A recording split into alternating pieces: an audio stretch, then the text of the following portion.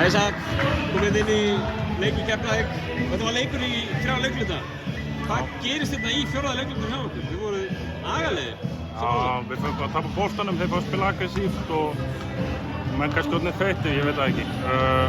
Sem samt ömurleg afsökun. Þannig að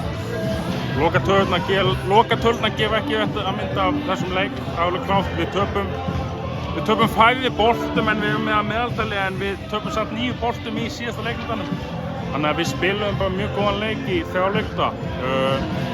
Já. Er þetta eitthvað andlegt sem var að hrjá ykkur hérna í undirlok leiksins? Nei, bara, já ég veit það ekki, ég held ekki. Ég meina, við áttum góðan leik á móti Íslandsmeisturunum í síðustu umferð og opnum að vinna þann ekki og á undan því vinnum við 2 í röð og þannig að ég held að menn trúi þess alveg að menn geti unnið hvaða lið sem er í þessu deild en þú veist, þessi leikur í Keflavík úti er ekki að fara að make or break við season okkar. Ég var að spjalla við Gaui Stúkunni hérna fyrir leik og hann sagði að þeir ætluðu bara að leggja liðið niður ef að Keflavík verði Íslandsmeistari í vetur, þannig að eitthvað er lagt í þetta.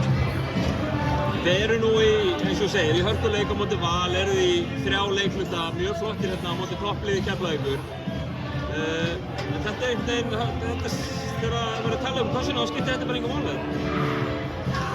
Nei, en ég meina þú getur líka verið að tala við mig og við værum með 2 stig og þú væri að segja að við höfum tapað á móti Þór Þorlákshöfn og KR og þú veist, ég meina þetta er bara körfubolti skilur og ég held kannski að við séum, veit það ekki, ég hef enga lausn á þessu núna hvað gerðist hérna í lokin. Við fáum á okkur 108 stig og við erum heilt yfir með eina bestu vörn hérna deildarinnar. Þannig að það er kannski eitthvað sem við þurfum að skoða. Ég veit nú ekki hvað Keflavík hitti í hérna 3 stiga en mér fannst þeir hitta á helviti miklu og Ígor Maric átti náttúrulega sjálfsögðu besta leik tímabilsins á móti okkur og hérna þú veist bara ekkert með það að segja.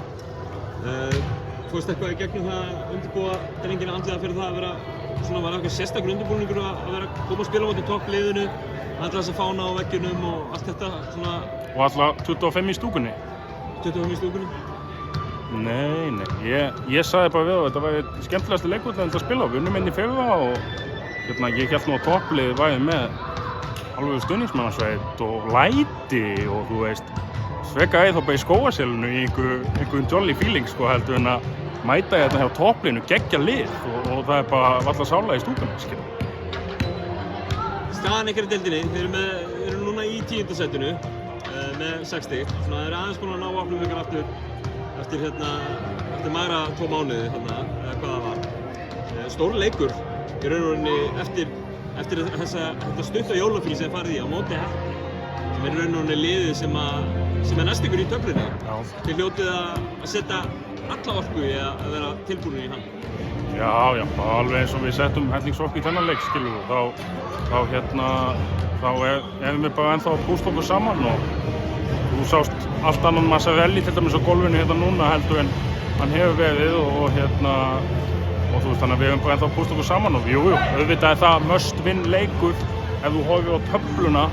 En þessi deild er bara þannig að það mun ótrúlegustu lið vinna ótrúlegustu liði. Ég meina eini sigur Þór Þorlákshöfn sem er á botninum er á móti hérna Keflavík. Þannig að við þurfum bara að hugsa okkur og vinna sem flesta leiki og það skilar okkur vonandi í úrslitakeppni.